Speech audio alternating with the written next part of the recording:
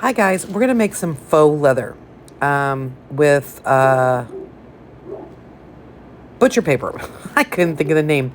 So what we did is we grabbed the butcher paper and we crinkled it all up. Then we're gonna grab some Mod Podge and we're gonna put it all over the paper, and we're basically gonna brush it all on.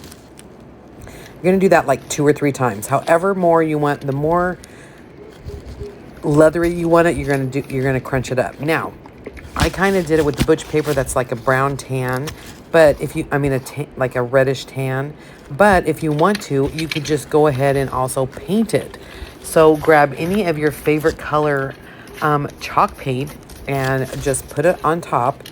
Now remember, you're putting this on top of the Mod Podge. You've done it 2 or 3 times. However many times you want it to, the more crunchier, the more crinkled, you want it, do it that many times. If you only want it a little bit, do one. I actually did 3. So as you can see here, I'm just going to paint it all with, I'm using the Java Folk Art Home Decor chalk paint. And I'm just painting the whole butcher paper that has Mod Podge on it. And once you paint it all, and again, when you're painting it, you want to brush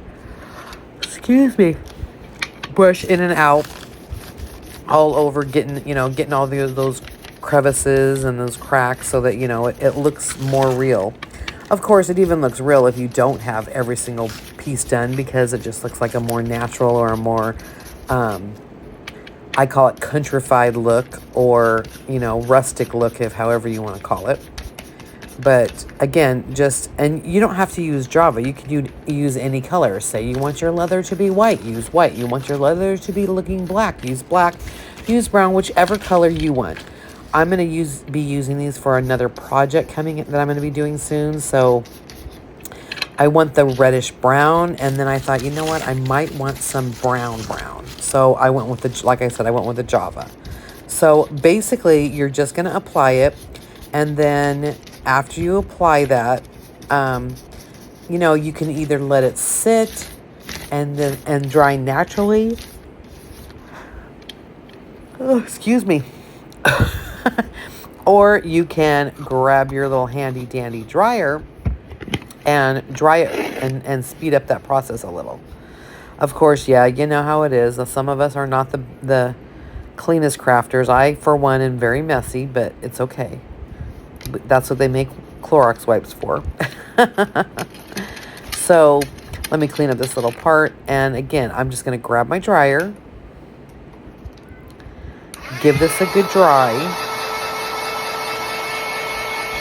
And then, again, use whatever color you want it to look like.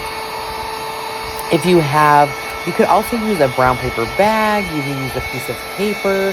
You could use the little sandwich bag. No, I'm sorry, not a sandwich bag. You could use the little bags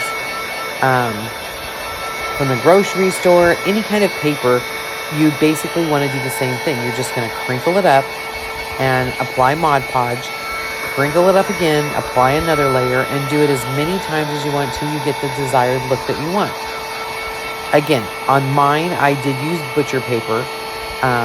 So that's where I got that like reddish tint paper to it. It's butcher paper.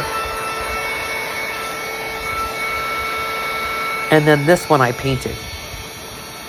So that's kind of what it looks like as you're drying it.